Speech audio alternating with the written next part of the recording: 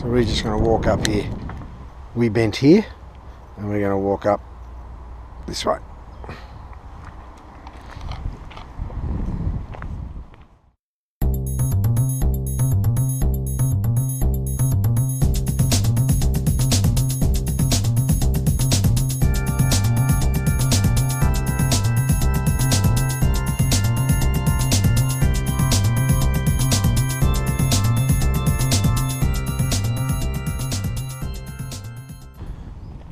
I don't understand a single word of that. No.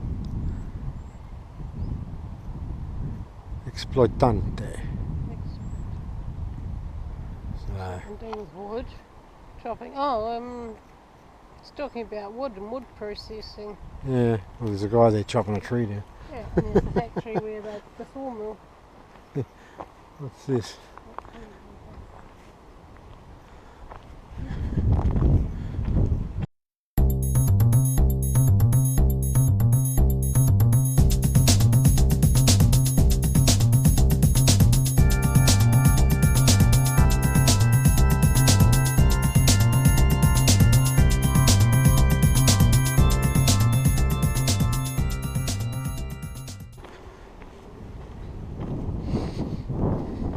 Okay, what's this? What is this one? I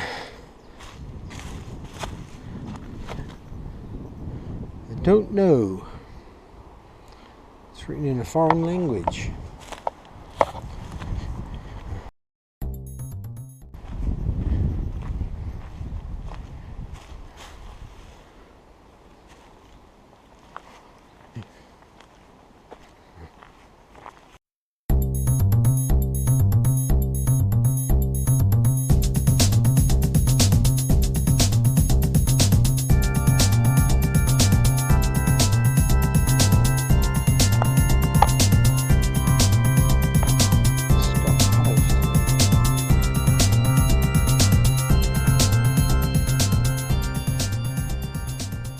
So there's a bunker in there. Yeah, that's what we're going to go and have a look. Well, first of all, I have to show you here. See, this is the bunker is called the Scott post. Yep. Because Lieutenant Colonel, an Australian, lost his life there. But here, before the war, there was a track, horse track. Oh, really? Yeah, here. And you can see there is at the end, on the butt, there was an Australian memorial. And that butt has been built as artificial, and that's where they put the targets against the butt. So it was in fact to protect the houses who will be behind. And every time the horsemen turned around here, they had to shoot on one of the targets.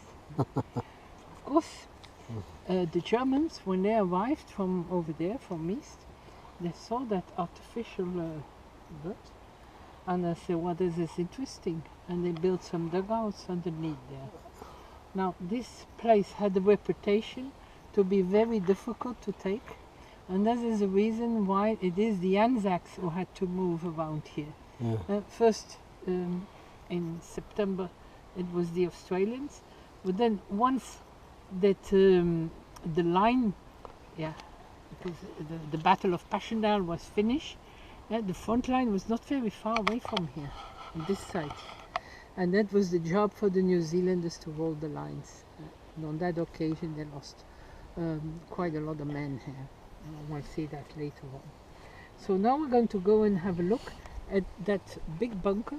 And it is the same type of bunker who was in the cemetery Tynecott underneath the cross of sacrifice. Mm-hmm. But here you will be able to see inside. And you will see the Germans were very good builders. Oh, yes. And very difficult to destroy all those constructions. That was headquarters for a battalion, and it was also a place where the runners were able to sleep. Over there, you see, Bit of a trench. Original trench. Bit of a trench, yeah. So people who want really to visit original trenches, sorry, that is not possible anymore. Yeah. Because after the war, It's just sunken. local people, no, they filled it in. Yeah. They received money to do so. Yeah. Because you cannot grow potatoes In a ditch. Yeah, that's right. And it's still reinforced.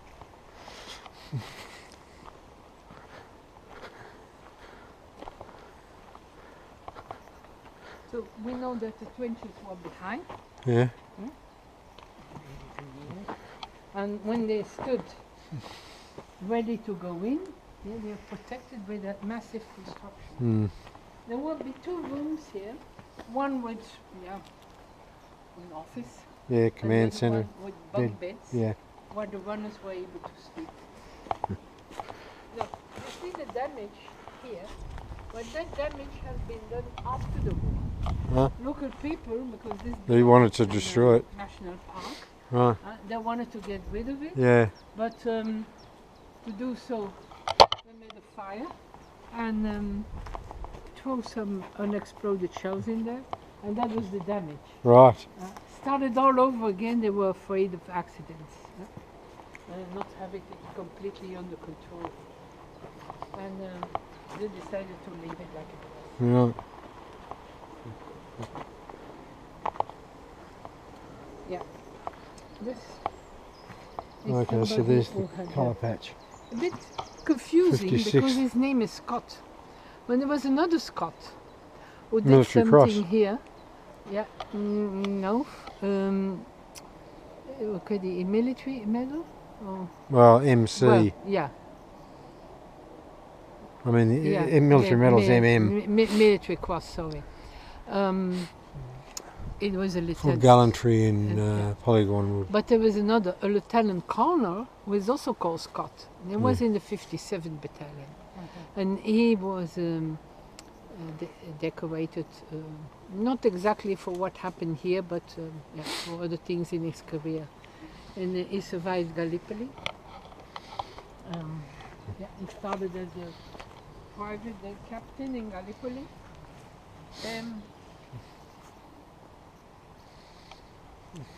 Over here, on the 1st of October, he was finished his duty.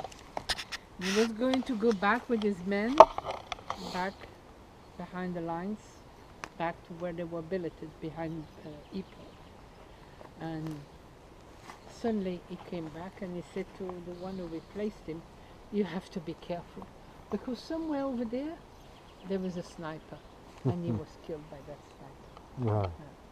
He's buried in the cemetery there at the end of the road.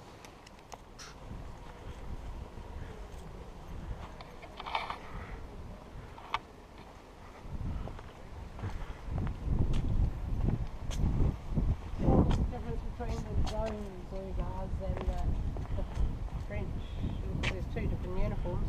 Yeah, well, the Zouaves, Zouaves. yeah, they in the Foreign Legion. Yep. Yeah, Okay. of course, the French Foreign Legion. I do Yeah. it. Yeah, It could be Turk. They have lots of I nationalities. thought it in was that. there. Yeah. Oh, okay. Looked at. You know, my grandmother had an uncle who was fighting in the Foreign Legion. Yes. Yes. And he was dancing. Yeah. You see, this cemetery is completely different. Right? It is. And if we There's have a the kiwi feeling over here. that something happened. And what I think is that in 1918, at the end of the war, when this German has been buried there, that there was a lot of shelling and that a lot will be destroyed.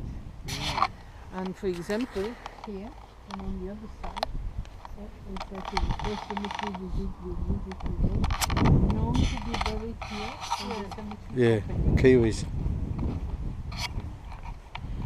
Known. During the war, the winter, 1917-1918,